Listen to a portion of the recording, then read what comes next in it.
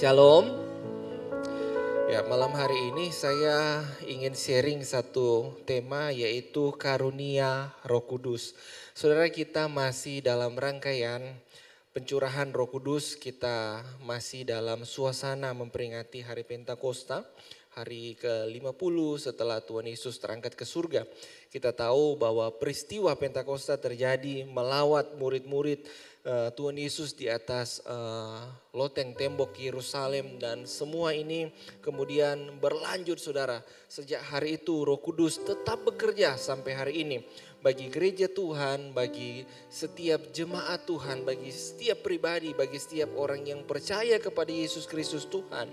Di dalam dirinya ada Roh Kudus, bahkan hidupnya dimeteraikan oleh Roh Kudus.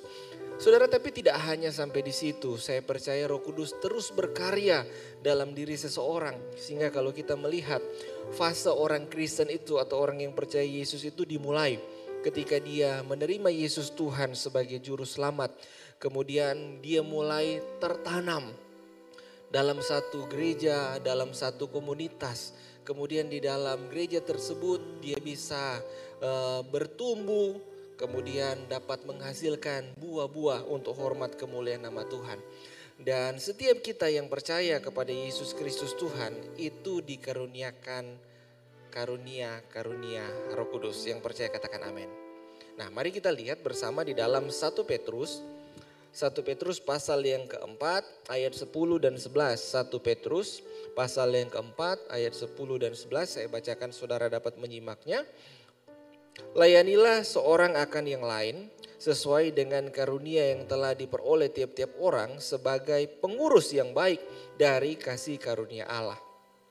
Jika ada orang yang berbicara, baiklah ia berbicara sebagai seorang yang menyampaikan firman Allah. Jika ada orang yang melayani, baiklah ia melakukannya dengan kekuatan yang dianugerahkan Allah, supaya Allah dimuliakan dalam segala sesuatu. Karena Yesus Kristus ialah yang empunya kemuliaan dan kuasa sampai selama-lamanya. Amin. Saudara, berdasarkan ayat ini kita akan melihat 4 kebenaran mengenai karunia Roh Kudus atau karunia Roh Kudus. Kebenaran yang pertama adalah karunia Roh Kudus itu diberikan kepada semua orang percaya.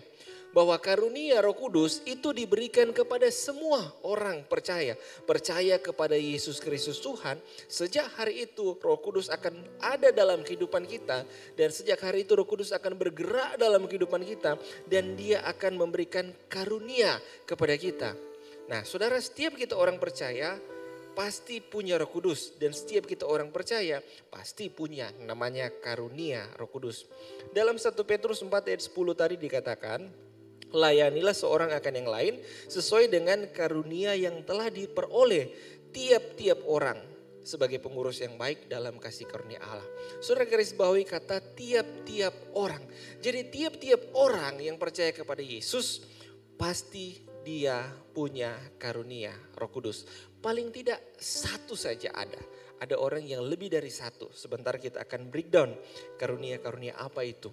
Nah, saudara, tapi buat sebagian kita mungkin berpikir, buat teman-teman orang-orang muda mungkin berpikir, siapa sih saya sehingga saya bisa punya karunia Roh Kudus? Saya sudah Kristen dari sejak kecil, tapi sampai hari ini saya tidak tahu karunia apa yang saya punya. Saya tidak mengerti karunia seperti apa yang ada sama saya. Pertanyaan ini saya pernah bertanya demikian. Waktu itu saya ada di tempat ini, usia saya usia pemuda waktu itu. Saya tamat SMA, saya beribadah di tempat ini. Tapi saya terima Yesus pertama kali itu di bangku sekolah, bangku SMA. Ibadah pelayanan pelajar begitu. Kemudian ditantang terima Yesus dan saya merasa kalau saya mati saya pasti masuk neraka. Dan kalau ada jalan keselamatan untuk saya lolos, saya akan percaya. Dan itulah saya percaya kepada Yesus waktu itu. Tapi tidak serta-merta hidup saya berubah. Saya mendapat lawatan Roh Kudus yaitu di tempat ini.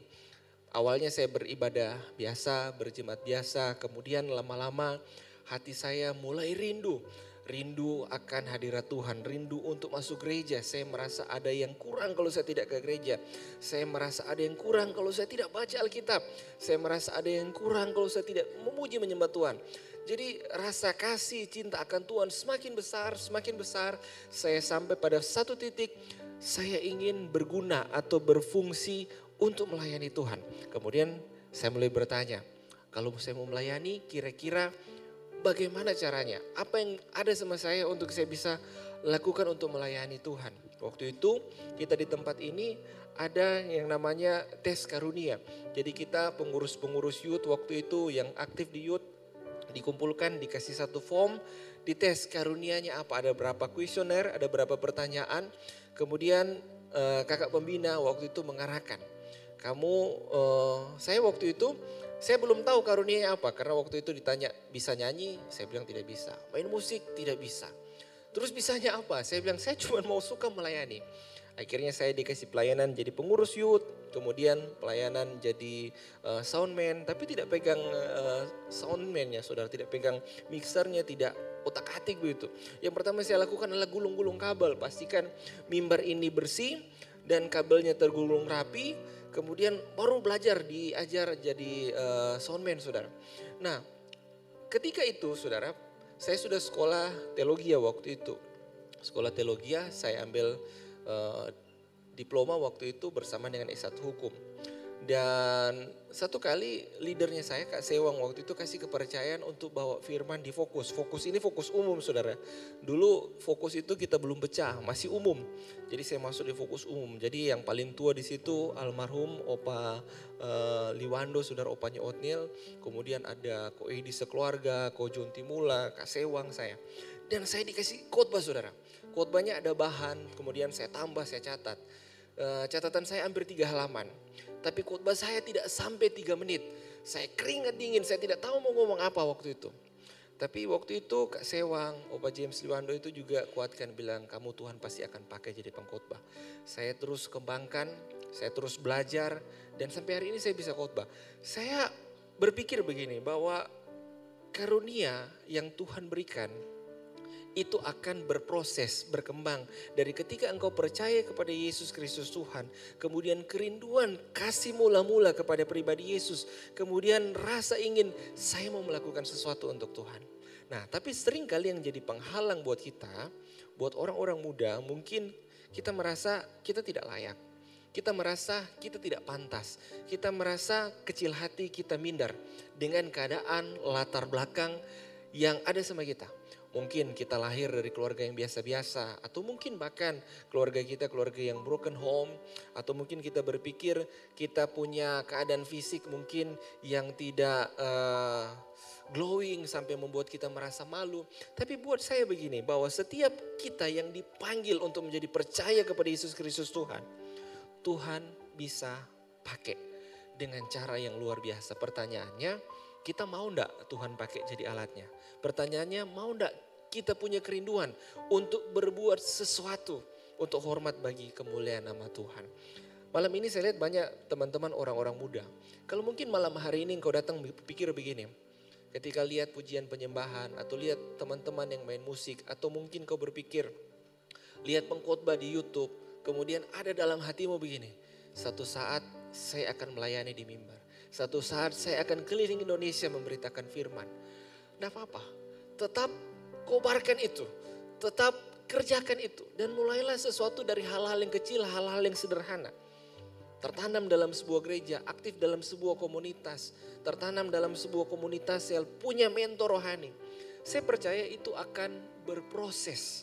Sampai akhirnya engkau bisa Tuhan pakai dan menemukan karunia rohani yang ada pada dirimu. Saudara, saya ingat waktu itu saya kalau tidak salah ketua remaja. Satu kali kita buat ibadah, saya baru ingat tadi saudara ketika pujian penyembahan. Ibadah di tempat ini, kemudian ibadah itu penyembahan aja. Itu memang malam worship untuk kita menyembah. Kemudian ada banyak anak-anak remaja, akhirnya sampai kita itu lupa waktu. Sudah jam 10 malam, tapi kita masih ibadah, masih asik menyembah Tuhan. Dan ada banyak teman-teman yang pada waktu itu kali pertama mereka dapat karunia bisa berbahasa roh, saudara. Mereka bisa berkata-kata dalam roh. Dan itu tidak berhenti, itu seperti sebuah revival. Bahkan sampai ibadah itu kita nyatakan selesai, doa berkat. Ada yang bahasa rohnya tidak berhenti, saudara. Kemudian ada yang sampai diangkut tidak berhenti. Saya berpikir waktu itu, apakah lawatan Tuhan hanya sebatas orang berbahasa roh, hanya sebatas kita merasa senang, damai, sejahtera, terus tidak ada apa-apanya. Tapi sekarang waktu saya di belakang tadi, saya mengingat kembali masa-masa itu. Dan saya mulai perhatikan satu-satu orang-orang yang ada di sekitar saya. Contoh yang WL tadi, Anto. Tadi ada juga saya ingat Mega, sekarang dia pegang sekolah minggu. Dari tahun itu sampai sekarang kami berproses di dalam Tuhan. Yang tadinya saya melihat, bahkan saya berpikir kami bukan siapa-siapa, kami tidak tahu apa-apa. Tapi hari ini kita bisa Tuhan pakai melayani Tuhan. Artinya setiap kita ketika kita punya kerinduan, kita punya rasa haus dan lapar akan Tuhan, Tuhan pasti bisa pakai untuk hormat kemuliaan-Nya. Dan buat teman-teman malam hari ini, kalau saya bicara pelayanan itu skup khususnya dalam gereja. Tapi secara umum aktivitas kita, segala apa yang kita lakukan itu pelayanan. Pastikan kegerakan Roh Kudus itu ada dalam rumahmu, dalam kampusmu, dalam sekolahmu, dimanapun kau berada. Kau bisa membawa hadirat Tuhan supaya orang di luar sana bisa mengenal Yesus Kristus Tuhan. Katakan amin. Itu yang pertama. Yang kedua, karunia Roh Kudus itu yang pertama diberikan kepada semua orang.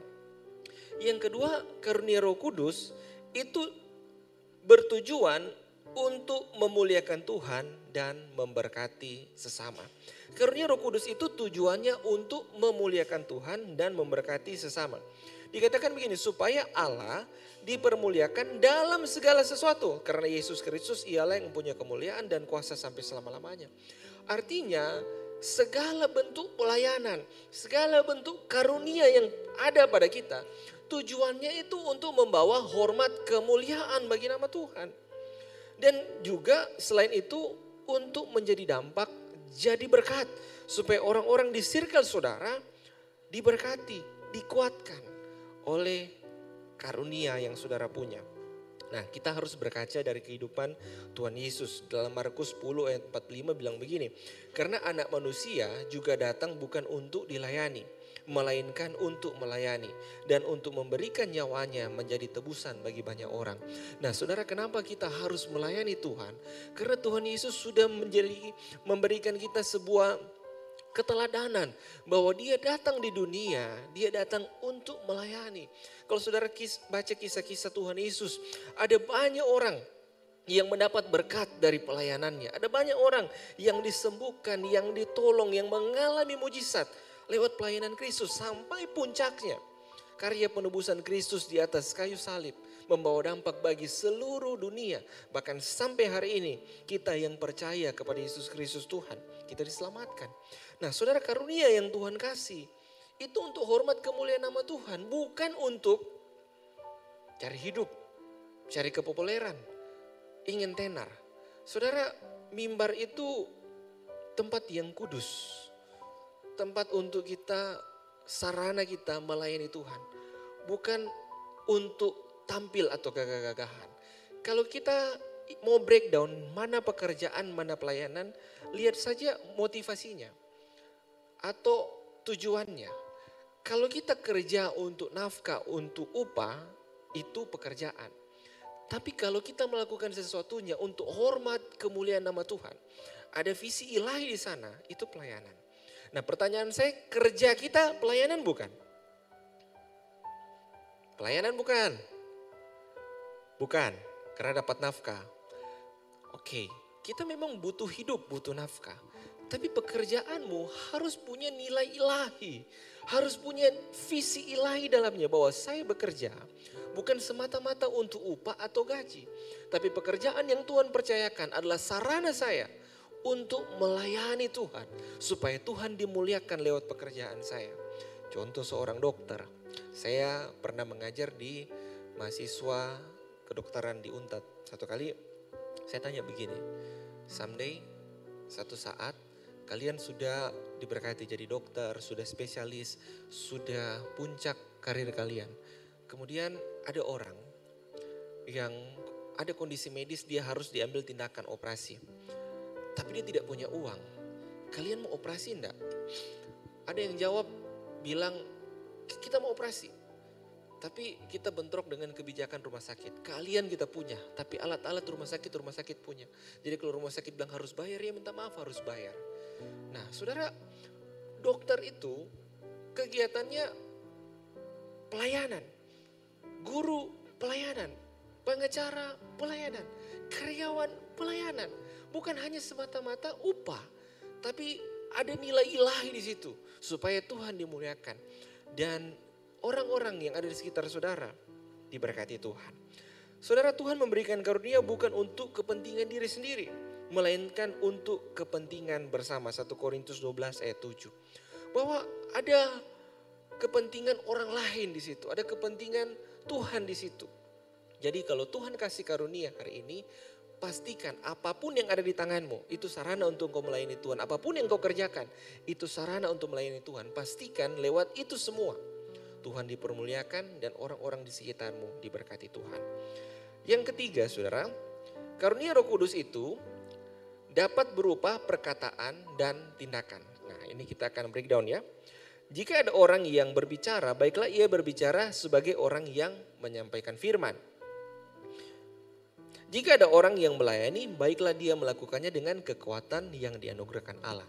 Nah sebentar saya akan bahas apa itu bentuk-bentuk karunia Roh Kudus, apa itu wujud-wujudnya.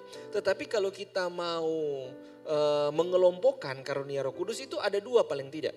Lewat perkataan, kemudian yang kedua lewat tindakan. Jadi yang sifatnya kata-kata, ada yang sifatnya tindakan. Ada orang punya karunia berkata-kata, ada orang punya karunia lewat tindakan. Memberi, berbagi itu tindakan. Tapi ada juga orang yang punya karunia, dia punya karunia berkata-kata, dia juga punya karunia dalam hal tindakan. Nah ada orang bertanya begini, apa bedanya karunia dengan bakat? Nah saudara, kita lihat di sini saudara. Saya kasih 4 kategorinya berdasarkan sumber. Sumber itu kalau bakat itu dari Allah, tapi bisa juga diturunkan dari orang tua. Contoh misalnya orang tuanya itu tahu musik, jago musik. Bisa jadi anaknya juga punya bakat musik. Kalau di gereja ini tadi pagi yang melayani Pak Didi namanya atau Pak Reki, itu kakaknya Pastor Erik. Dia bisa alat musik. Nah anaknya Adel itu jago main keyboard, layani keyboard. Ini bakat yang diturunkan dari orang tua. Tapi kalau talenta itu dari Allah tanpa melalui orang tua. Jadi mungkin orang tuanya tidak bisa musik, tetapi karena ini karunia dari Allah, dia bisa musik, dia bisa nyanyi misalnya. Kalau teman-teman pernah dengar kesaksiannya Michael Panjaitan, dia kesaksian awalnya dia tidak bisa nyanyi, suaranya fals sekali. Tapi dia bilang dimanapun kapanpun dia berdoa, even itu doa makan, dia tetap minta sama Tuhan, dia harus bisa nyanyi. Sampai akhirnya Tuhan jawab, Tuhan kasih karunia itu, dia bisa menyanyi. Makanya hari ini dia jadi worshiper, seorang pemuji, penyembah Tuhan. Itu karunia saudara. Jadi tidak harus diturunkan dari orang tua, kemudian dimiliki. Kalau bakat itu dimiliki sejak lahir. Ada orang memang berbakat dari umur 1-2 tahun sudah kentara bakatnya. Tapi karunia itu dimiliki sejak orang percaya kepada Yesus. Bedanya apa? Ada orang bisa nyanyi sejak lahir. Bahkan dalam hidupnya dia juara festival, dia sering nyanyi di kafe. Tapi ketika dia percaya kepada Yesus, bakat yang tadinya itu bisa dikonvert jadi karunia. Kenapa bisa jadi karunia? Karena tujuannya sudah berbeda. Jadi kalau karunia itu tujuannya untuk kemuliaan Tuhan, memberkati sesama. Jadi kalau dia nyanyi, pusat pujian penyembahan, dia nyanyi itu untuk Tuhan. Supaya apa saudara? Lewat nyanyiannya Tuhan disenangkan, lewat nyanyiannya jemaat diberkati. Jadi tujuannya sudah beda. Pemain-pemain musik di tempat ini, WL di tempat ini, itu rata-rata mereka melayani di sini. Jarang saudara lihat mereka itu nyanyi di kafe. Jarang saudara lihat mereka itu tampil-tampil secara sekuler. Event itu mungkin ada. Tetapi motivasi mereka sebagai pemuji, pemain musik, sebagai seorang worshiper adalah untuk hormat kemuliaan nama Tuhan. Nah, kemudian tujuan saudara, tujuan bakat itu berguna bagi sesama dalam tahap alamiah. Ada orang lihat orang jago main gitar, jago main musik, orang disenangkan, orang kagum. Tetapi Kalau karunia dia berguna dalam tahap spiritual. Lewat karunia yang dia punya, orang dimotivasi, orang dikuatkan, orang diteguhkan, orang merasa diberkati secara spiritual.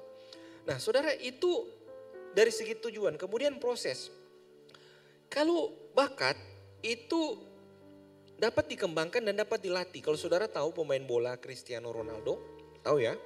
Saudara kalau baca kisahnya, Ronaldo itu orang yang paling disiplin dalam latihan. Kalau dia latihan, dia datang paling awal. Bahkan porsi latihannya lebih dari teman-temannya. Tapi ada satu pemain bola yang namanya Lionel Messi. Lionel Messi ini latihannya tidak seketat Ronaldo. Tetapi levelnya mungkin melebihi di atas Ronaldo. Minta maaf ini kalau fansnya Ronaldo ya. Tapi itu fakta. Nah orang bilang Messi ini karunia. Kenapa dikatakan karunia? Karena secara alamiah sebenarnya dia tidak bisa jadi pemain bola. Dia punya kelainan hormon, tubuhnya kecil, tidak bisa bertumbuh besar.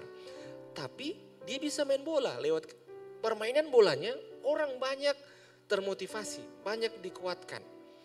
Nah saudara, ada hal-hal yang berbeda antara bakat dan karunia. Nah bersyukur kalau saudara sejak lahir punya bakat.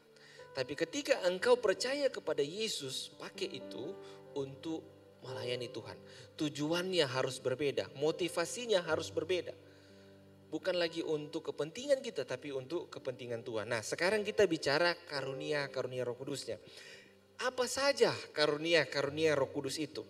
Saya coba kelompokkan berdasarkan ayat-ayat yang ada di Alkitab. Pertama, Efesus 4 ayat 11. Kalau kita baca Efesus 4 ayat 11, itu ada jawatan dalam pelayanan. Ada rasul, nabi, pengajar, gembala, penginjil, 5. Kalau rasul, nabi itu sebenarnya jabatan pada zaman Alkitab ini ditulis. Tapi sudah tidak ada lagi di dalam gereja jabatannya nabi atau rasul. Biasa kita cuma kenal gembala, diaken, diakones atau pelayan Tuhan. Tapi tugasnya ini pemberita Injil dan pengajar-pengajar. Kalau rasul itu lebih tepatnya sekarang penginjil-penginjil. Nabi itu pemberita firman, pengajar firman. Nah kalau berdasarkan Roma 12 ayat 6 sampai 8, karunia-karunia Roh Kudus itu ada disebut melayani, menasehati, mengajar, menyumbang, memimpin, kemurahan. Kalau berdasarkan 1 Korintus 12 7 sampai 10 ada yang namanya karunia hikmat. Ada karunia bernubuat, iman, menyembuhkan, mengadakan mujizat, pengetahuan, membedakan bahasa roh, berbahasa roh, menafsirkan bahasa roh. Kemudian 1 Korintus 12:28. Rasul, nabi, pengajar, menyembuhkan, mujizat, melayani, memimpin berbagai bahasa. Nah, ini karunia-karunia. Kalau saudara tanya karunia Carlota ada tidak? Karunia mulu-mulu. Ya mungkin itu karunia berkata-kata. Tapi berkarlota dalam arti positif, bukan cerita orang, tapi cerita kebaikan Tuhan, jadi saksi Kristus. Ada orang karunianya langka saudara, karunianya cari dana. Jadi ada orang kalau dikasih proposal, kembali proposal juga. Tapi ada orang yang kalau saudara dikasih proposal gereja, dia tambah lagi, disuruh jual pasar. Dikasih 1 blok, dia minta 10 blok. Ada orang punya karunia begitu saudara. Itu mungkin karunia berbagi atau memberi. Nah di dalam pelayanan, dalam gereja, karunia-karunia ini berfungsi. Dan karunia-karunia ini ada dalam setiap diri orang percaya. Nah saya mau contohkan saudara. Saya butuh volunteer. Kayaknya Ekel Jo jadi volunteernya malam hari ini ya. Oh ada. Siapa tadi namanya dek? Arista.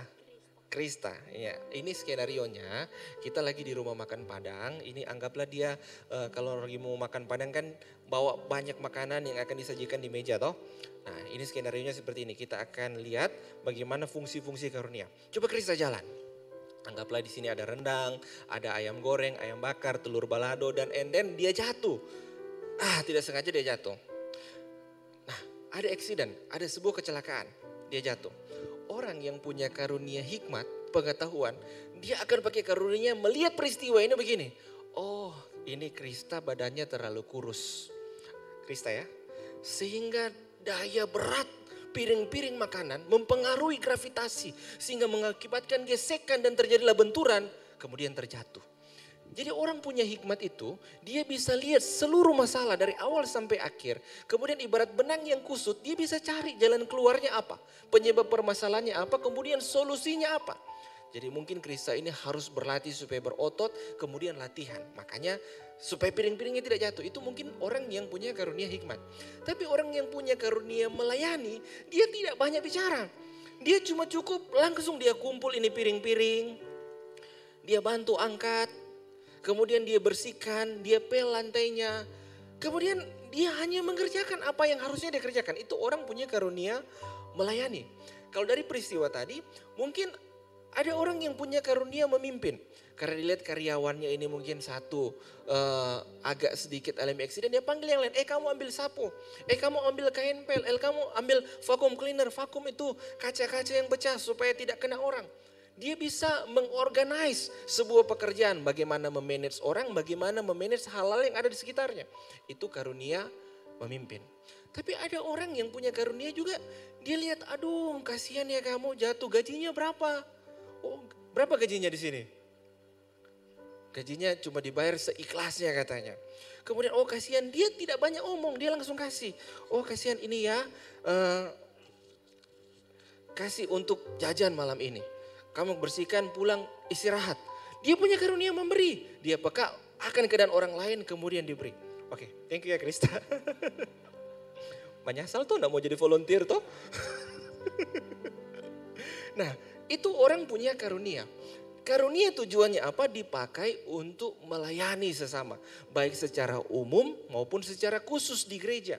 Nah hari ini coba saudara pikir. Coba saudara lihat ke dalam diri saudara. Saudara punya karunia apa? Kalau saudara mungkin merasa, saya ini entah kenapa. Kalau lihat orang, bawaannya itu empati. Bawaannya itu ingin kasih uang. Coba saudara lihat pemain-pemain musik di depan. Apakah muka mereka penuh empati, perlu dikasihani? Kalau saudara rasa perlu, saudara beri. Saudara tabur. Atau ada juga orang yang lihat orang, aduh kayaknya dia muram terus ya. Kayaknya dia ada masalah. Dia punya karunia mengasihi, punya karunia menasihati. Kemudian dia datang, apa kabar? Ada masalah apa? Bagaimana kabarmu, keadaanmu? Ini karunia gembala biasa, orang yang menggembalakan saudara. Kemudian dia doakan. Ini orang-orang punya karunia itu, ada orang punya karunia melayani. Saya punya teman, ada di sini namanya Jerry saudara. Ini orang punya karunia melayani. Kalau kita kumpul makan-makan, biasa kita belum habis makan, dia sudah ada di tempat cuci piring saudara. Dia langsung dia yang cuci. Enggak usah, saya cuci besar. Itu Jerry saudara. Kadang kalau kita buat acara retreat apa, biasa dia yang masak. Dia buat nasi kuning, pokoknya dia yang masak. Ini orang yang punya karunia melayani. Yang punya karunia makan ada juga saudara. yang punya karunia makan ada juga. Yang dia datang, makanan saudara tinggal makan pulang. Ada banyak begitu. Yang paling parah kalau dia punya karunia yang babungkus. Ini. tidak ada apa-apa, pokoknya sak. Itu bukan karunia saudara, itu kebiasaan. Nah saudara, karunia itu, jadi dia bisa berupa perkataan. Kalau itu perkataan yang harus berdasar dengan firman Tuhan. Untuk mengajar, menasehati, menegur, bahkan bisa memuji, bernyanyi. Kemudian ada juga saudara karunia melayani dengan kekuatan yang Tuhan berikan. Kemudian melakukannya dengan sukacita. Dan percayalah setiap apa yang kita kerjakan, kalau kita lakukan dengan motivasi yang benar, dengan ketulusan, tidak akan ada capek saudara. Orang yang melayani Tuhan akan jarang mengeluh. Hampir tidak mungkin mengeluh. Kalau dia lakukan itu dengan motivasi yang benar. Dengan motivasi yang tulus. Karena dia tahu bahwa kekuatan yang Tuhan beri, yang Tuhan kasih, dia pakai untuk pelayanan. Tuhan pasti akan ganti, akan lipat kali gandakan. Dan akan kembangkan dengan luar biasa.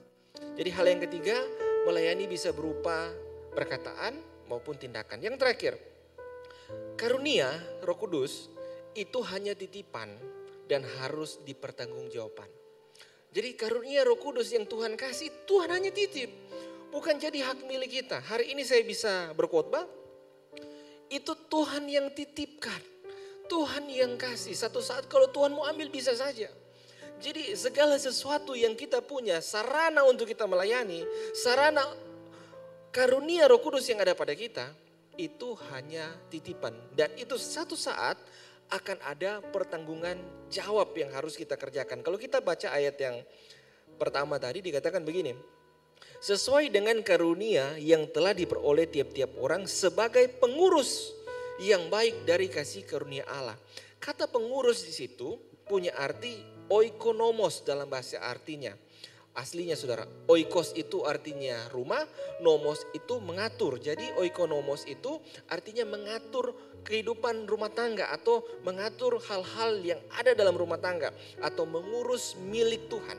Jadi setiap kita yang punya karunia, kita ini mengerjakan apa yang Tuhan punya. Kalau dalam Injil Matius, saudara lihat perumpamaan tentang talenta, seorang tuan pergi meninggalkan talenta kepada hamba-hambanya. Satu saat dia kembali meminta pertanggungan jawab. Satu saat hartamu yang engkau punya, Tuhan akan minta pertanggungan jawab. Keluarga yang saudara punya, Tuhan akan minta pertanggungan jawab untuk anakmu. Pelayanan yang saudara kerjakan, pekerjaan, jabatan yang saudara punya, Tuhan akan minta pertanggungan jawab. So untuk itu, jadilah hamba-hamba yang setia dan dapat dipercaya.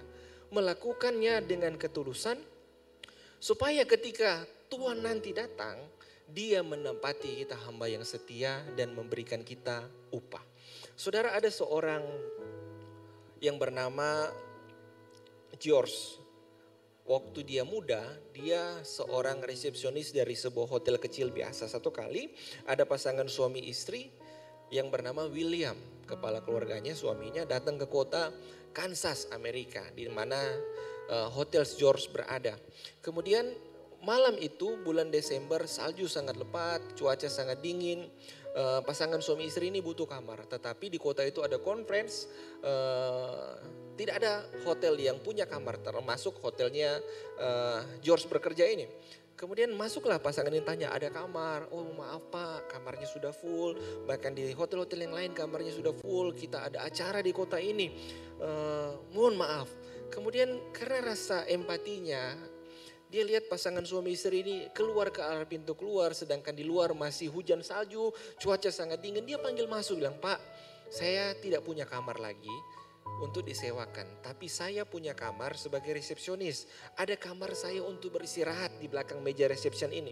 Hanya ada kasur kecil yang sederhana, tapi cukup hangat untuk Anda dan keluarga malam hari ini. Akhirnya dia kasihlah kamarnya secara gratis, secara cuma-cuma. Ketika besok paginya mereka akan pergi, Pak William ini panggil George, saya berterima kasih, hotel ini pasti sangat bangga punya karyawan seperti kamu. Dan George, satu saat kalau saya membangun hotel, saya akan mengundang kamu. Ternyata saudara, itu bukan basa-basi. Berapa tahun berlalu, saudara, ada hotel baru diresmikan di pusat kota New York, namanya The Waldorf Astoria. Ini hotel yang sangat ikonik di zaman itu, hotel yang pertama yang gedungnya sangat tinggi. Kemudian dikirimilah tiket, George diundang sama William. Kemudian William memperlihatkan kemegahan hotel The Waldorf Astoria. Kemudian dia bilang begini ke George, saya akan senang sekali kalau kamu jadi manajer untuk hotel ini. Jadi saudara, ternyata yang lalu dia katakan bukan basa-basi. Ternyata itu sebuah promosi yang dia berikan. Nah hari ini kalau teman-teman punya karunia yang ada sama kita, event itu kecil, event itu mungkin bernampaknya tidak begitu besar. Tapi percayalah, ketika kita setia mengelola jadi pengurus yang baik, Tuhan pasti akan berkati itu. Pada akhirnya Tuhan akan berkata, mari hambaku yang setia, mari masuk. Saya percaya hari ini Roh Kudus bekerja. Bukan hanya kemarin kita lihat di Amerika, di Asbury University, ada revival terjadi di sana. Di sebuah kampus di mana mereka sedang berdoa di kapel seperti biasa, tapi Roh Kudus melawat terjadi sampai hari ini. Mereka berdoa tidak berhenti, banyak orang datang, banyak orang dilawat, banyak mujizat terjadi, banyak orang ditolong.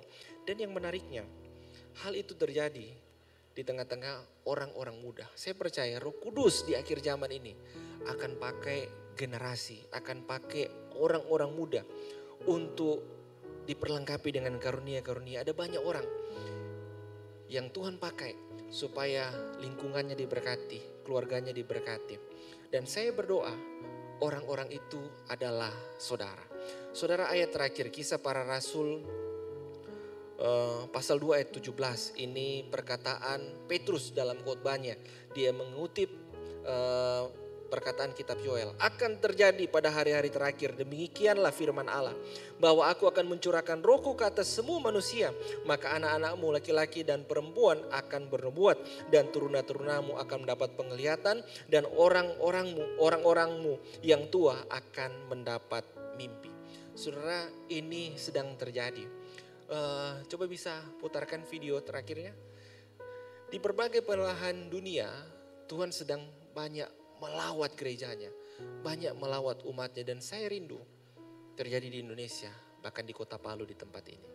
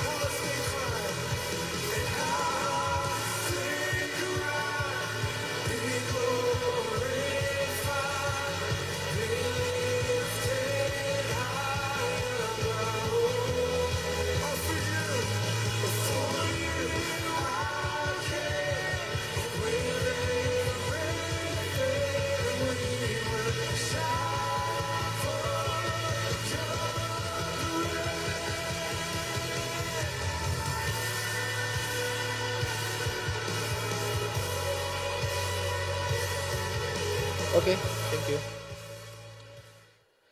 Saya berdoa bahwa revival yang terjadi di berbagai negara, terjadi di Kota Palu, terjadi di tempat ini. Melalui siapa?